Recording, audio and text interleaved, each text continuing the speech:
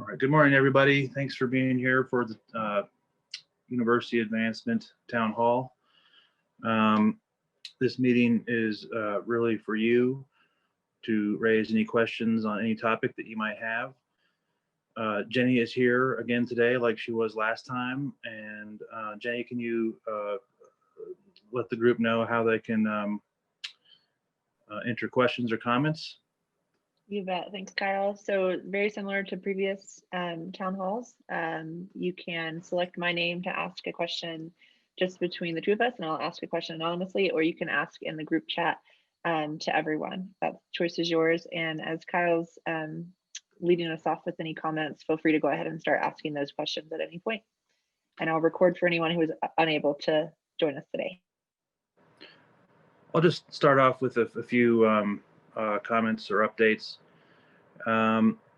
So just one, our Idaho State University's operational level remains the same, roughly consistent with the state's level 3 guidelines, meaning that we are remain in a hybrid learning environment where people are working remotely or coming in based on their own individual situation.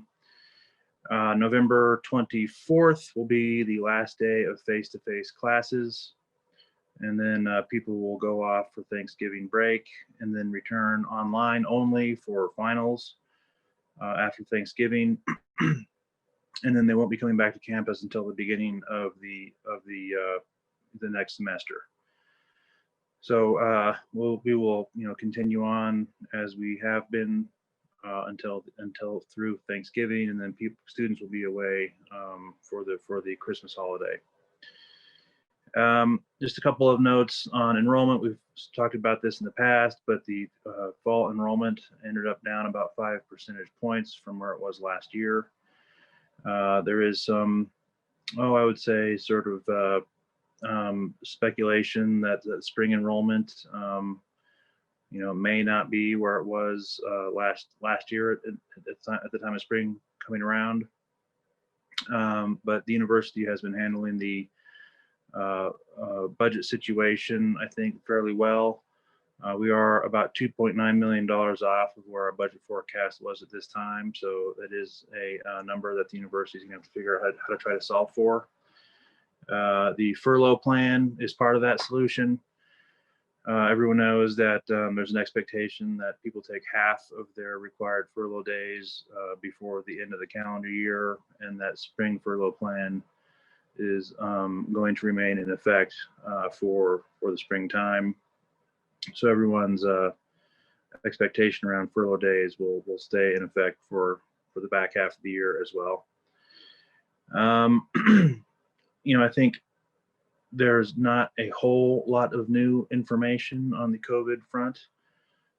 Things have remained fairly steady. I think there is, obviously some concern around the number of cases and the spread overall nationally and the spread in our state. But at this time, it has not moved the university off of its current operational level. And with any luck, we'll be able to stay at this operational level through the Thanksgiving holiday. So I'll stop there and open up the floor if there are any comments or questions about any topic, COVID, advancement, university, enrollment, whatever is on your mind. Okay, great. Thanks, Kyle. We have quite a few questions actually already submitted. The first one, can you share a few successes from the advancement team from the past year that you are proud of? Oh, sure, yeah. Well, I think getting our advancement team organization finished and launched in the July timeframe is a big achievement for Idaho State University. I think it's going to put us in a much stronger position to do the things that advancement is supposed to do in terms of engaging community, establishing fundraising priorities, and ultimately raising money. I think the team has done a good job of remaining engaged in our process throughout this sort of COVID experience, which hasn't been fun for anybody. So I commend the advancement team for staying engaged in a time of organizational transition, but also sort of environmental disruption with COVID.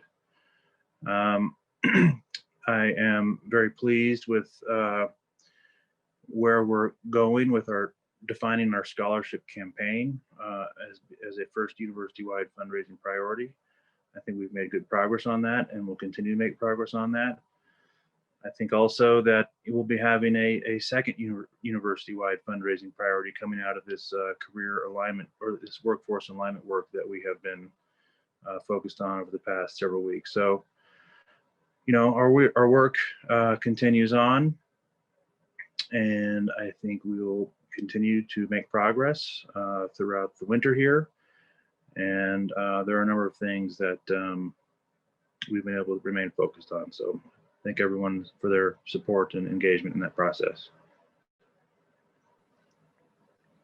Great, thanks, Kyle. Next question, how is COVID affecting donations to the ISU Foundation? Well, we're up overall relative to last year, but most of that is thanks to a single realized bequest in terms of after you correct for that, our donations are down. I think this has been a time of, you know, uncertainty for people these past 6 months. And then when you throw in the election as well, I think, you know, people sort of, on the whole, contract their giving a bit. However, you know, nationally, and we went over this during our scholarship workshops, you know, philanthropic giving is resilient. You know, Americans on the whole are generous, and I expect that our contributions to ISU will not fall off dramatically. And as we get our case together and get our team hired, I would expect that our results would improve over time. Thanks, Kyle. Excuse me. Next question, do we as an advancement team anticipate making calls again to students to boost enrollment for spring semester? I don't know. I think it depends upon where things stand, but it's certainly a possibility. And I know that the enrollment team is actively working on a strategic enrollment management plan for implementation in the June and July timeframe. So they are getting organized around what their target market needs to be, what their action plan needs to be, what resources they need to line up in order to execute on that plan. When we made those calls last spring, you know, we were sort of lending a helping hand on a major university priority, which was to get as many kids in the classroom as possible. You know, if we were to do that again, we might. I think, though, that over the long run, Idaho State University needs to set itself up so that it can handle whatever outreach it needs to handle to support its enrollment goals. I think, though, for this coming spring term, we're just gonna have to see where things are, and we'll have to see what kind of help, if any, the enrollment team needs on that front. Great, thanks, Kyle. Next question, with travel restrictions due to COVID, when do you expect your team to return to their pre-COVID travel schedule? I mean, that's really hard to say. I think it all depends upon how we as a state and how we as a country get over the hump with COVID. And that's all to be determined. Ultimately, advancement, fundraising, philanthropy is a relationship business. We need to make connections with people. And I will eagerly look forward to the time when we're doing more of our work in person and face to face. But it's really hard to say, you know, when that might return to any sort of normal state. Thanks, Kyle. Next question, what is the vision of advancement as it relates to college representation? As it relates to what? College representation. I'm not sure I totally understand the question. I will ask this person for some follow-up clarification, and in the meantime, I will ask you the next one. Okay. Next question, what is the timeline and potential monetary goal for a university-wide capital campaign? I would say that by the end of this fiscal year, we should have a very good handle on what our capacity is as an institution to raise money over a 10-year time frame. Whether, I think when we kick off a capital campaign is going to have to be sort of coordinated with a strategic planning process, which is expected to kick off this spring. I would think that we would want to be ready to kick off some type of silent phase of a campaign, sort of co-synchronous co-synchronous with the conclusion of a strategic planning process. In the meantime, as you know, we are looking to launch the first pillar of a campaign this spring or this end of this fiscal year with a scholarship initiative. I would say also that our case building work is ongoing, and that can happen in parallel with a strategic planning process. In other words, we will know very early in the strategic planning process what those priorities are, and we will be able to build a fundraising case in support of those priorities as the strategic planning process is unfolding. I would expect that we would have some type of campaign goal clarified or communicated, not at the end of this fiscal year, but probably at the end of next. Thanks, Kyle. Next question. What do you hope to accomplish by the end of 2021? Well, there's a number of things. First, I'd like to get our team staffed up to around an 80% level. I think probably most of you know that the hiring freeze had thawed, but it has been sort of refreezing lately as the university looks toward the spring semester with a question mark around what enrollment is going to look like. That being said, I would still expect that we would be able to achieve a level of 80% staffing, optimistically thinking. That's number one. I would also like to launch a scholarship campaign with a monetary goal this year. Number three, I would like to have real clarity on what a workforce alignment set of initiatives look like for Idaho State University and what our associated fundraising case would be for those for that initiative. And I would also like to see us continue our work on setting up operating guidelines for the new advancement organization. We had done quite a bit of work on that in terms of metrics, in terms of a stewardship plan, in terms of a market expansion plan, and a number of other initiatives that we are continuing to define and execute on. Those are 4 areas where I'd like to see us make progress this fiscal year. Thanks, Kyle. Next question. What opportunities do you see right now to improve our development / fundraising effectiveness over the next few months? Well, we have a number of things underway. I mean, anyone who's, and I can't really see everyone who's on the call, whether it's just advancement people or other people as well, but a major point of emphasis for us is pipeline development. It's really important for us to engage new people and think about ways to broaden our base of support and strengthen our donor pipelines. There's a number of initiatives underway right now to do that. A number of colleges are working on defining advocacy boards and implementing advocacy boards for their schools. There's a town hall schedule that we have to further engage, notify people about what's going on at Idaho State University and engage them in the life of the university. We are hiring students to do student-to-alumni outreach using digital means. We are working on defining how our alumni can be explicitly engaged in some type of career networking volunteer opportunity.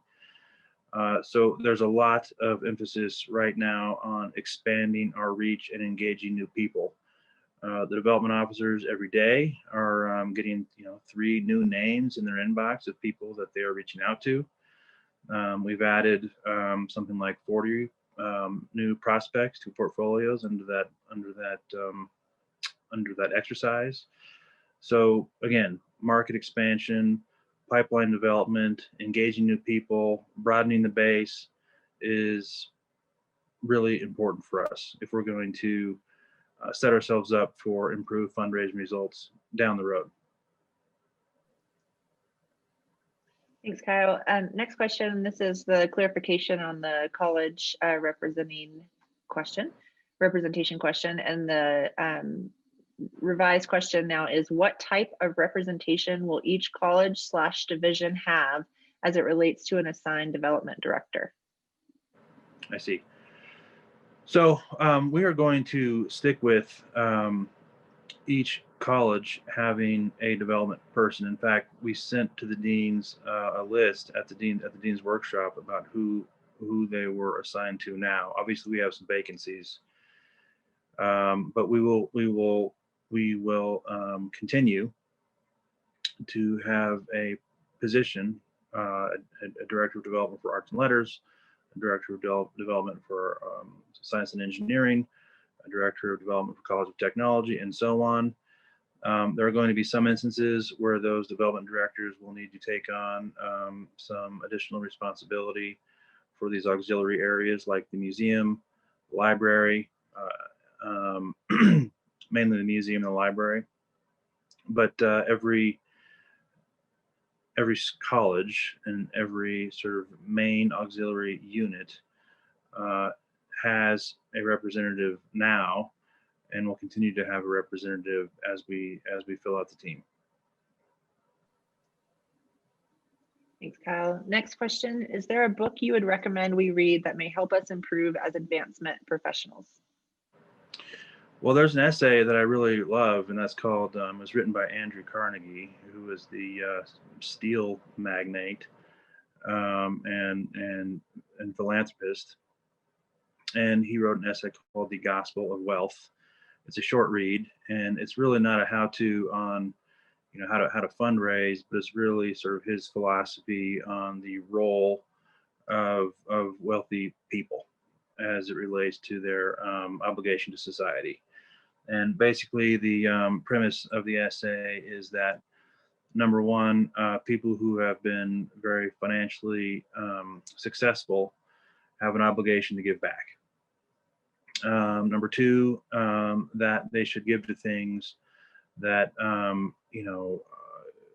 benefit, support institutions that can benefit people over time versus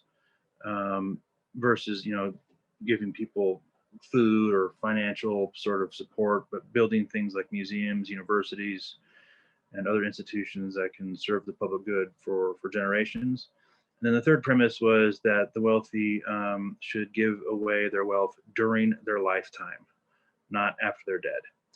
A lot of this sounds a lot like Bill Gates and his sort of more contemporary billionaire's pledge to give it all away. But it's a really, really good read, and I think a lot of people who have been financially successful sort of operate according to some variation of those principles. A lot of those people who have been successful do want to contribute to the public good through philanthropy. Not everybody, but plenty of them do.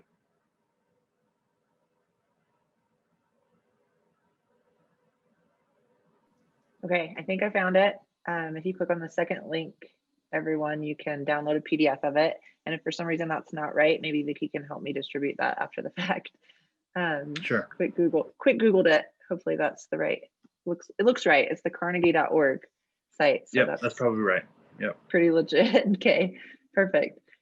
All right. Next question. What motivating words do you have for us to help finish out the semester strong? That's a great question. I would say, don't let COVID dominate your life. Connect with your friends, connect with your family, stay focused on your work, stay engaged, stay involved. This too shall pass. I think it's we're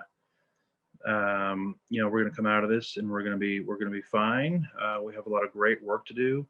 The work that we do in advancement is positive, it's forward thinking, it's forward leaning, it's goal oriented, and I would encourage people to continue to plug in and to stay engaged.